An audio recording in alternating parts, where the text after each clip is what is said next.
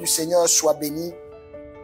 Nous allons continuer dans notre lancée. Nous avons vu depuis quelques semaines les ingrédients pour accomplir de grandes œuvres. Alléluia. Et nous avons déjà vu 2 ingrédients. Vous pourrez aller sur notre page YouTube.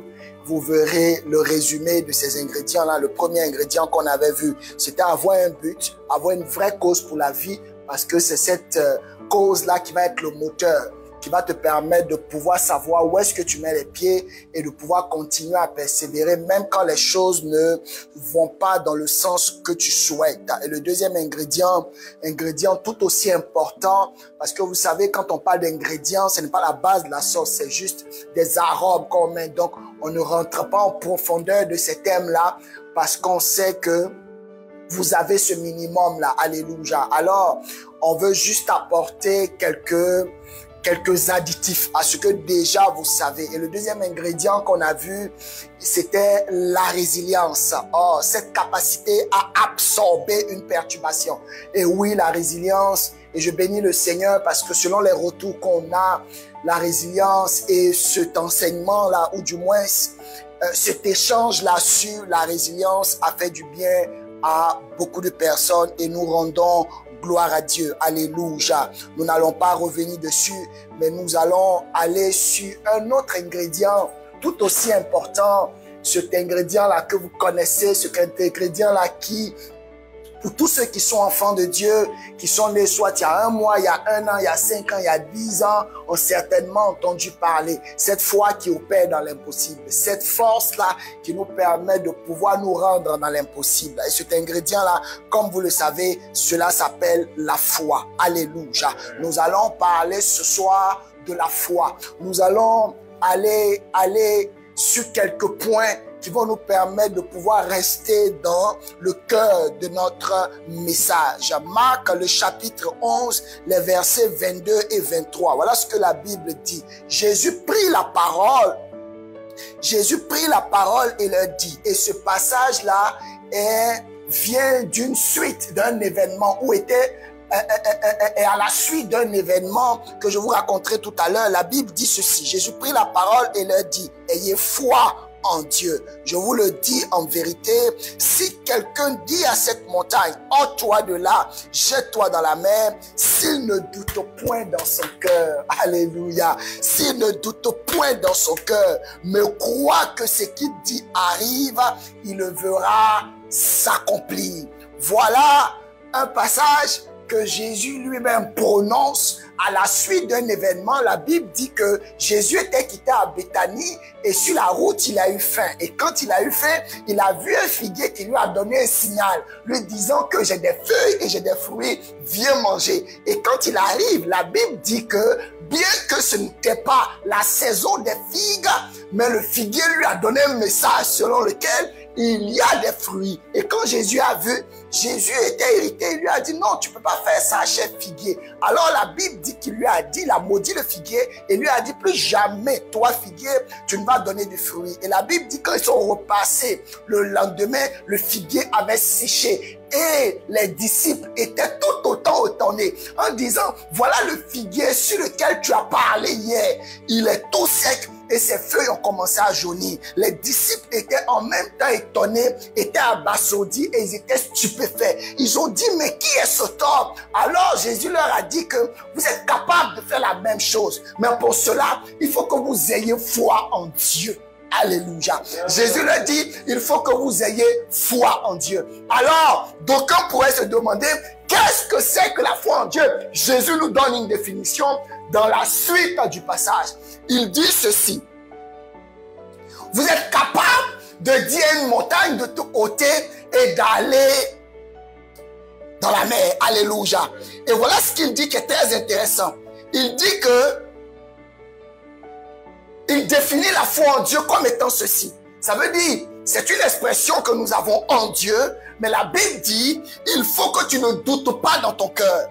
Il dit, s'il ne doute pas dans son cœur, mais croit que ce qu'il dit va arriver, bien sûr, il le verra s'accomplir. 3 choses importantes qu'il faut arriver à déceler dans la foi. Première chose, il faut que quand ta foi est manifestée, Il faut que tu arrives à un point où tu ne doutes pas dans ton cœur. Ne doute pas dans ton cœur. Vous savez, c'est là que beaucoup d'enfants de Dieu calent, parce qu'en réalité, manifester la foi, parler de la foi, c'est facile. Mais quand il faut manifester la foi, c'est là que nous bloquons. C'est là que nous stagnons. C'est là que nous sommes confrontés à plusieurs difficultés. Parce que la Bible dit simplement, il faut que nous croyions dans notre cœur sans douter. Et que ce que tu as dit, tu crois que cela va s'accomplir. C'est en ce moment-là que ce que tu as dit s'accomplira. Vous voyez, ce sont des phases importantes dans la foi.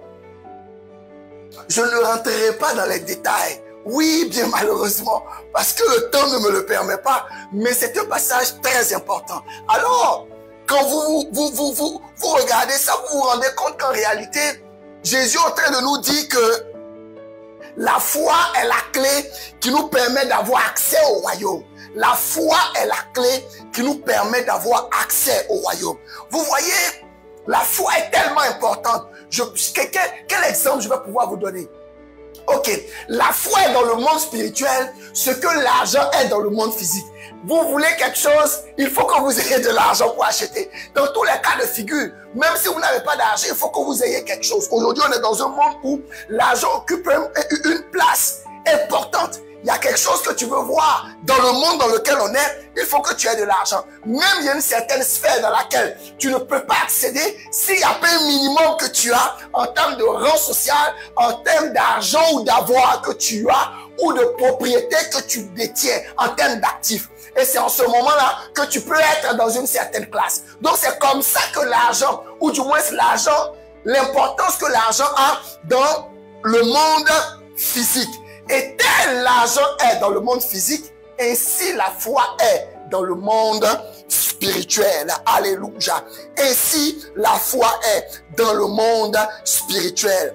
Et il dit, ayez foi en Dieu. Alors comprenons que la foi en Dieu est capable de briser les limites naturelles et de nous permettre d'opérer dans l'impossible. Je vous ai dit que ce sont les ingrédients pour accomplir de grandes œuvres. Et quand vous voyez quelqu'un accomplir de grandes œuvres, c'est une personne qui a manifesté la foi. La Bible nous définit la foi dans Hébreux, le chapitre 11. Le chapitre 11 de Hébreux est une masterclass. Le chapitre 11 de Hébreux est un cours classique sur la foi. Et ça commence par dire que la foi est la ferme assurance des choses qu'on espère et une démonstration de celles qu'on ne voit pas. Et la Bible dit, Jésus nous parle en nous disant que si nous voulons accéder au royaume, encore moins accéder aux choses grandes que Jésus nous a promises, il faut que notre foi soit basée, non pas en nous, non pas en ce que nous avons, mais en Dieu. Alléluia. La Bible dit, la foi vient de ce qu'on entend. Romains le chapitre 10, à partir du verset 17. La foi vient de ce qu'on entend, et ce qu'on entend vient de la parole de Dieu. En d'autres termes, la voix de Dieu, c'est elle-là qui est capable de créer la foi en Dieu. Je vais répéter. La voix de Dieu est celle-là qui est capable de créer la foi en Dieu. En d'autres termes, personne ne peut manifester la foi s'il n'a pas entendu Dieu lui parler.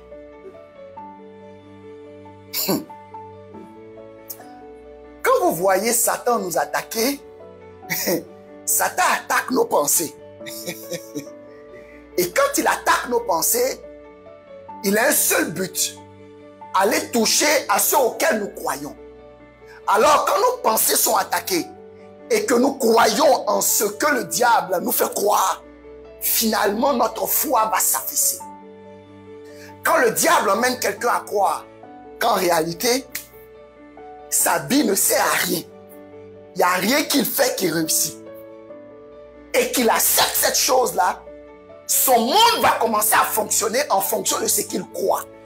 Alors cela m'amène à comprendre que chacun est le fruit de l'expression de sa foi. Dans le niveau que ta vie est là, ou le niveau que ta vie a à l'instant où je parle, est juste l'expression du niveau de ta foi.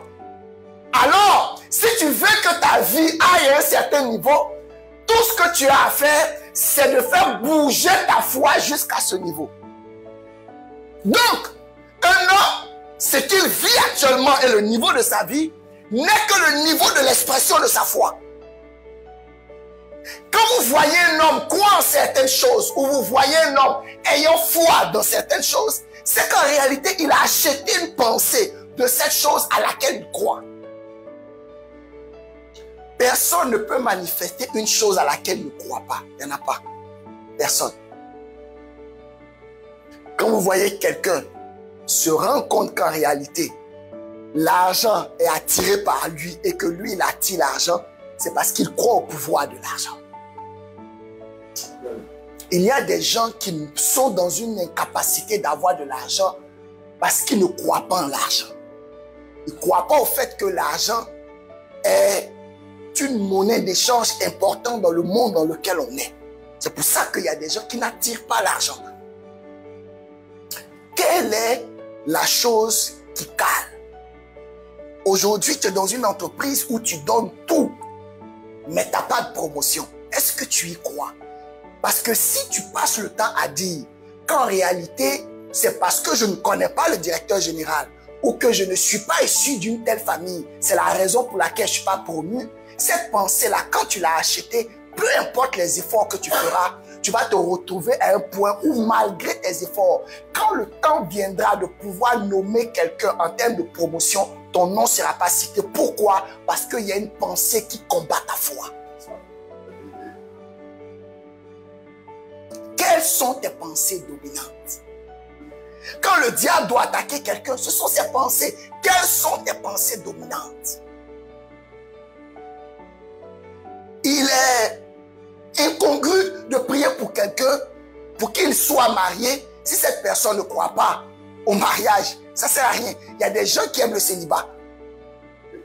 Non, oui, je vous dis, il y a des gens qui aiment le célibat. Il y a des gens qui aiment leur liberté. Il y a des gens qui veulent vivre seuls. Donc ces gens-là, ce n'est pas la peine de prier pour eux pour le mariage. Non. Parce que dans tous les cas, si vous commettez l'erreur de prier pour eux ou de les envoyer dans le mariage, ils vont envoyer leur célibat dans le mariage. Et bien qu'ils soient mariés devant les hommes, ils vont se comporter comme des célibataires en gardant leur liberté, ne pensant pas d'eux, mais continuant à penser un. Quand quelqu'un achète une telle pensée, il faut d'abord que sa pensée soit brisée. Donc vous voyez aujourd'hui, nous ne sommes que le reflet de nos pensées, donc de la foi que nous avons manifestée aux pensées que nous avons achetées. Il y a des gens aujourd'hui qui se disent que la limite à laquelle ils sont est la limite totale. Ils ne peuvent plus aller plus loin. Parce qu'il n'y a aucun membre de leur famille qui est arrivé à ce niveau-là. Et quand vous êtes dans une telle position, en vous disant que le niveau que vous avez est le summum, il ne peut pas avoir quelque chose de plus grand, vous verrez que vous n'allez pas voir, encore moins acheter une pensée qui va vous dire que vous êtes capable d'aller encore plus loin. Mais pourquoi nous loin Dieu qui est infini? Si nous voulons poser une limite à Dieu, non, il y a quelque chose qui ne colle pas. Il y a quelque chose qui ne colle pas. Il y a quelque chose qui ne colle pas. Quand vous voyez une vie où il n'y a pas de surnaturel, cette vie-là, c'est terminé. Elle est vouée à l'échec déjà. Parce que, je vous dis, une vie n'est que l'expression de la foi qui est exprimée dans cette vie-là.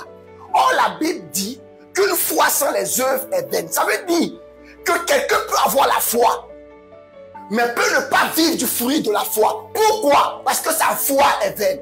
Une chose n'est pas d'avoir la foi. La Bible dit, il y a des gens qui ont la foi en Dieu. Ils ont la foi. Mais leur foi ne produit pas de fruits. Donc, elle devient une foi vaine. Et quand ta foi est vaine, la vie que tu mènes, il n'y a pas de surnaturel.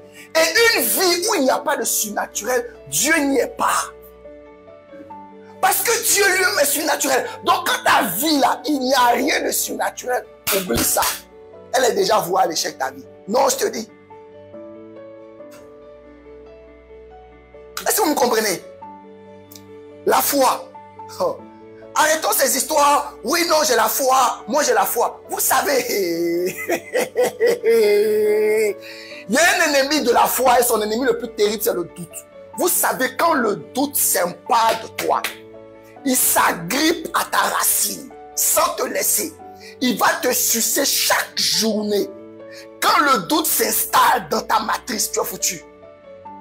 Il faut que tu prennes la décision de l'arracher. Ça va enlever le sang, ça va enlever les larmes. Mais il faut que tu prennes la décision de te détacher du doute. Parce que je vous dis, une vie qui trimballe le doute, oh non, non. Tout ce auquel tu vas croire va durer moins de 24 heures. Parce que le lendemain, ça va tomber.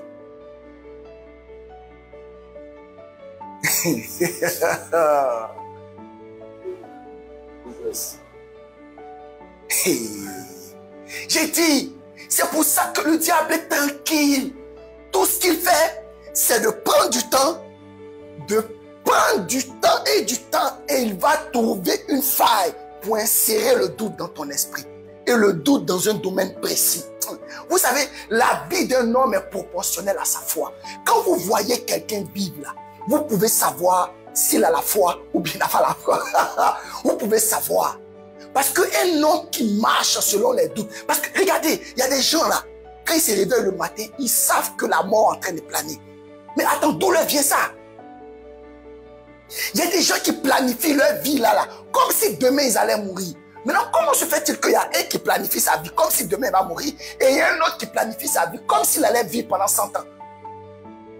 Entre ces deux êtres qui ont été créés à l'image de Dieu, d'où vient que l'un planifie sa vie sur 100 ans et l'autre se dit que je dois tout faire parce qu'on ne sait jamais.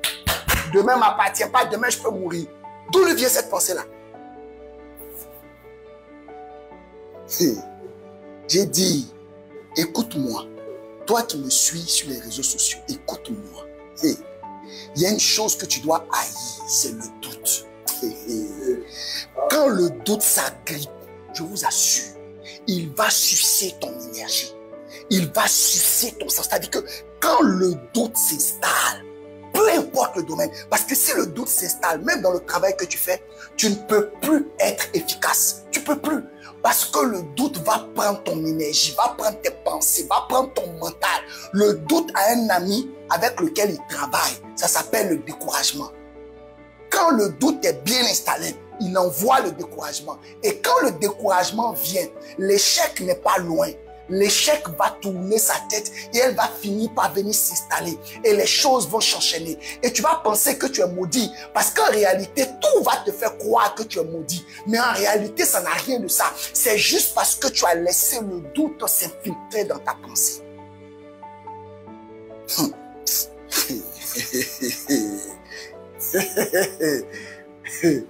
Amen. Les ingrédients pour accomplir de grandes œuvres. La foi. Vous savez, j'ai appris une chose.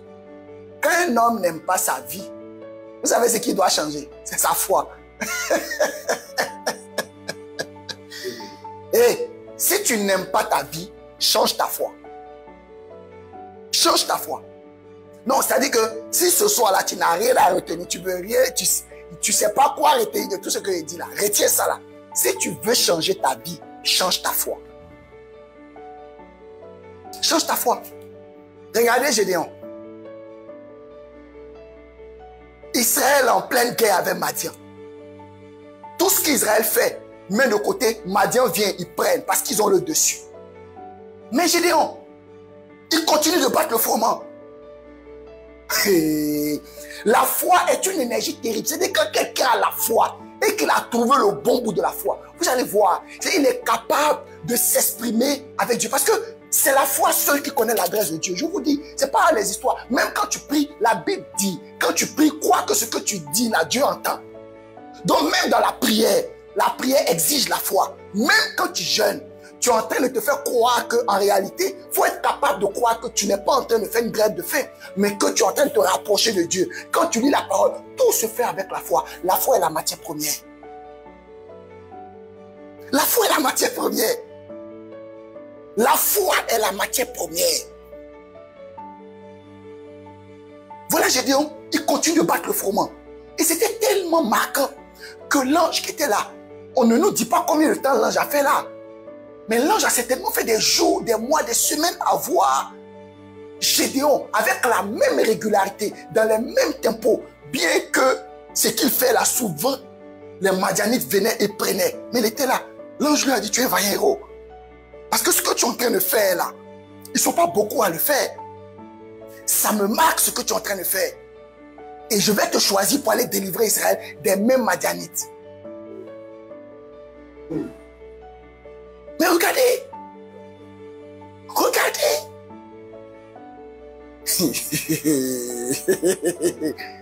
Et je me suis posé la question de savoir, mais pourquoi on dit d'Abraham qu'il est le père de la foi? Lisez son histoire. Lisez son histoire. Lisez l'histoire d'Abraham. Vous allez comprendre les circonstances dans lesquelles Dieu appelle Abraham. La vie qu'Abraham a menée. D'entendre un Dieu qu'il n'a pas vu. Mes amis, il entend un Dieu et il marche selon la voie d'un Dieu qu'il n'a pas vu. Il avait été enseigné à Abraham que voilà les dieux qu'on a. Il les voyait, il y avait des statues. Mais comment suivre la voie d'un Dieu qu'il n'a pas vu de ses yeux? Mes amis, en ce temps-là, je ne vous parle pas de maintenant où l'évangile allait dans plein de trucs. Non, je vous parle d'un contexte où les gars connaissaient un seul Dieu qu'ils voyaient. Il y avait des dieux qui étaient là, avec des statues qui pouvaient représenter. Mais il y a une voix qu'il entend qui lui dit de quitter tout ça. Je ne suis pas le vrai Dieu. Va dans un pays que je vais te montrer. Il se lève, il prend ses affaires, il prend sa famille et puis il part. On lui pose des questions pour savoir, mais le Dieu dont tu parles là, c'est qui? Il a fait quoi? Comment il est? Il ne peut pas répondre parce qu'il n'a pas vu. Il a juste entendu. Mais il croit dans son cœur que ce qu'il a entendu là, c'est vraiment Dieu qui lui a parlé. Mes amis, on est combien à vivre ça là? Ça là. Où tu es là, tu entends une voix te parler, Dieu te dit va à droite. Mais tu n'as rien à justifier à quiconque, tu vas à droite quand même. Souvent même là, le doute va venir s'installer. Mais tu te convaincs à toi et à ton âme qu'il m'a dit d'aller à droite, je vais à droite. Souvent tu allais à droite, tu vas entendre bruit de bord, bruit d'accident, bruit de chèque. Mais tu dis je dois continuer de persévérer à droite parce qu'il m'a dit d'aller à droite. Dieu parle à Abraham et puis lui dit, je vais te donner un enfant. Abraham attend 25 ans. 1, 2, 3, jusqu'à 25 ans. Mais pendant les 25 ans, mes amis, il continue d'avoir les mêmes pratiques, de continuer à aimer ce Dieu-là, de continuer à enseigner à ses disciples, à ses serviteurs, à son épouse, ce Dieu-là. Il va arriver un moment même où il se regarde dans le miroir, il se dit, mais à cet âge-là, est-ce que je peux avoir un enfant? Bon, moi-même, il n'y a pas de problème. Et ma femme, il regarde sa femme, il dit, et à quel moment?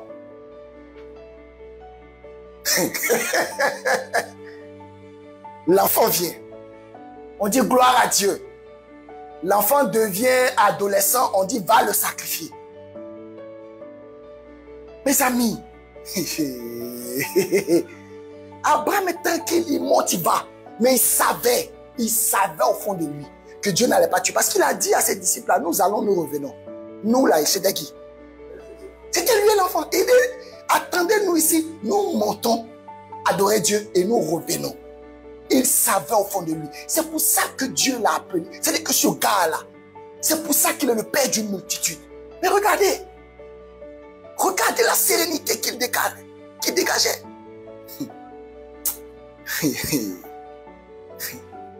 J'ai dit, quand un homme agit par la foi,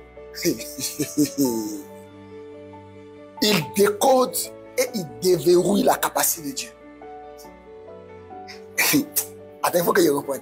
J'ai dit, quand un homme pose une action par la foi, c'est comme s'il venait d'avoir le code de Dieu pour accéder à une porte. Et une porte dans laquelle il y a des capacités.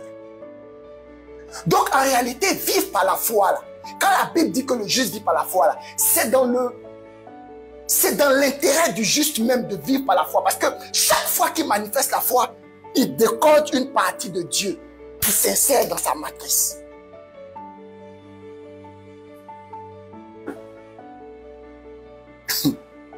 Voilà une femme qui a le cancer et qui est convaincue qu'elle va être guérie. D'où lui vient cette conviction-là? Pendant qu'il y a une autre femme qui est assise là à côté, qui vient faire la chimio avec elle, qui elle a commencé déjà à faire son testament parce qu'elle est convaincue qu'elle va mourir. 2 maladies sur 2 personnes avec 2 conséquences différentes. La foi là, C'est comme le sport. Hein. Si tu ne t'exerces pas, elle ne va pas se développer.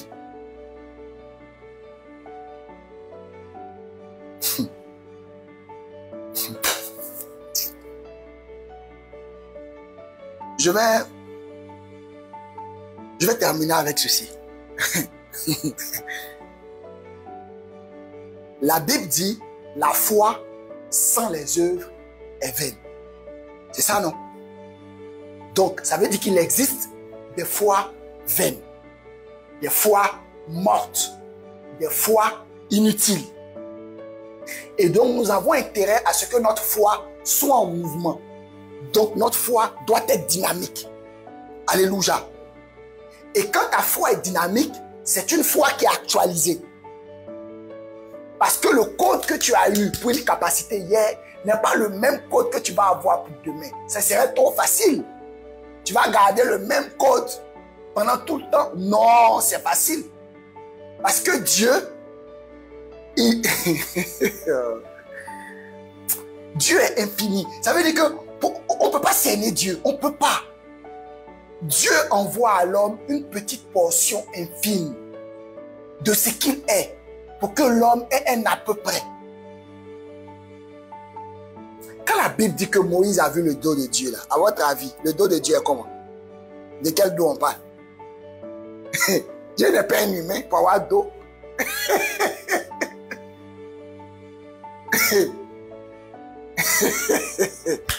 Bref, je vais vous donner quelques caractéristiques rapides d'une foi dynamique et on va terminer. Une foi dynamique est une foi qui n'abandonne jamais. Jamais, jamais et jamais. Vous savez, tu peux croire en une chose et tu peux ne pas voir les résultats là et maintenant. Tu peux croire en une chose et ne pas voir les résultats là. Mais quand ta foi est dynamique, tu dois être capable de ne pas abandonner et de continuer. Et de continuer. Une foi dynamique est une foi qui n'abandonne jamais. Une foi dynamique est une foi qui donne le repos. Vous savez, le repos est spirituel. Quand Dieu dit qu'il nous donne le repos, c'est spirituel. Le repos et puis la peur ont la même racine. Le repos et la peur ont la même racine. Donc attention. La foi, quand elle est dynamique, elle donne de l'apaisement. Elle donne du repos. Alléluia. Une foi dynamique, elle affecte même ton apparence. C'est-à-dire que quand ta foi est dynamique, ça se voit sur toi. On voit la joie, on voit la gaieté, on voit le dynamisme, on voit le feu. Ça se voit. Mais quand ta foi est terne, ça dégage même sur ton apparence. C'est-à-dire que ta manière même de faire, tout est nonchalant. Pourquoi? Parce qu'en réalité, la foi que tu as là, elle est vaine. Et je vous ai dit que notre vie n'est que l'expression de notre foi. Donc quand ta foi est dynamique, elle va finir par influencer ton apparence. La foi dynamique est une foi qui est offensive parce qu'elle arrive à planifier. Je vous ai donné l'exemple de la personne qui est là, qui planifie et qui dit que je vais vivre 100 ans. Ça, c'est une foi dynamique. Parce qu'elle sait qu'elle va vivre 100 ans. Parce qu'elle s'appuie sur ce qu'elle a entendu de Dieu et les promesses dans la Bible pour dire que je vais vivre 100 ans. Enfin, cette foi-là est une foi audacieuse. La foi dynamique est une foi audacieuse. Alléluia. La foi, c'est un ingrédient vraiment important. Et il n'y a pas quelqu'un qui peut être capable de vivre sans la foi en Dieu. Jésus a dit que si tu as la foi en Dieu, tu dois être capable de ne pas douter dans ton cœur. Et de croire que ce que tu dis va s'accomplir. Et tu le verras. Jésus dit tu le verras s'accomplir. Alors nous allons faire un exercice.